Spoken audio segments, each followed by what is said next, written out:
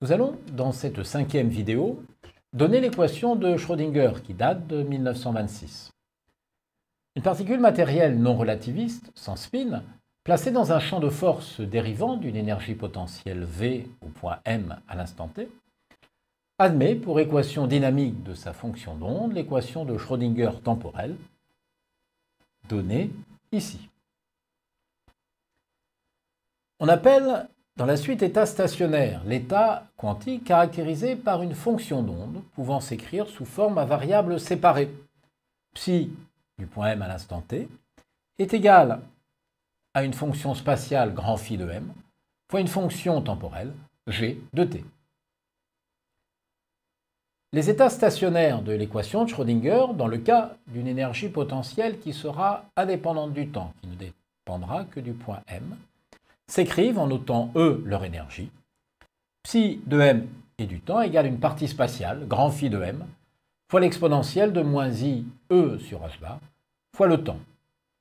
Où la partie spatiale, grand phi de M de la fonction d'onde, vérifie l'équation de Schrödinger indépendante du temps, moins h bar carré sur 2m fois le Laplacien de la partie spatiale grand phi de M, plus l'énergie potentielle V de M fois grand phi de M égale l'énergie E fois phi de M. Pouvez-vous établir cette équation de Schrödinger stationnaire? Comment passer de l'équation temporelle à l'équation stationnaire? Je vous laisse jouer et trouver ce passage.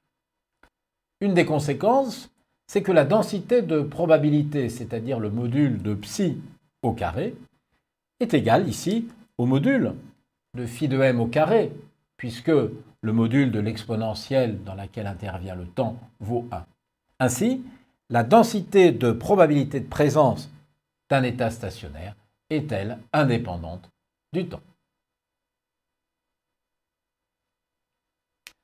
Nous aurons besoin, pour résoudre l'équation de Schrödinger dans différents cas classiques que nous verrons dans les prochaines vidéos, de connaître les conditions de continuité sur la fonction d'onde et notamment sur sa partie spatiale, grand phi de M.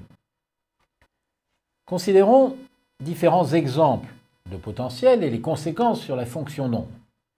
Dans le cas d'un potentiel continu et borné, c'est le cas réel, la fonction d'onde sera bornée, continue, 2 fois dérivable. Dans le cas, par exemple, de marche de potentiel, c'est-à-dire un potentiel qui reste borné mais qui est discontinu, la fonction d'onde sera bornée, continue, 1 fois dérivable.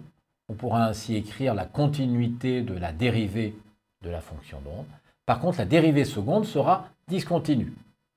Et enfin, dans le cas d'une discontinuité, c'est-à-dire d'un mur de potentiel infini, la fonction d'onde restera bornée, elle sera continue, mais elle ne sera plus dérivable. On ne pourra plus ainsi écrire la continuité de la dérivée de la fonction d'onde spatiale.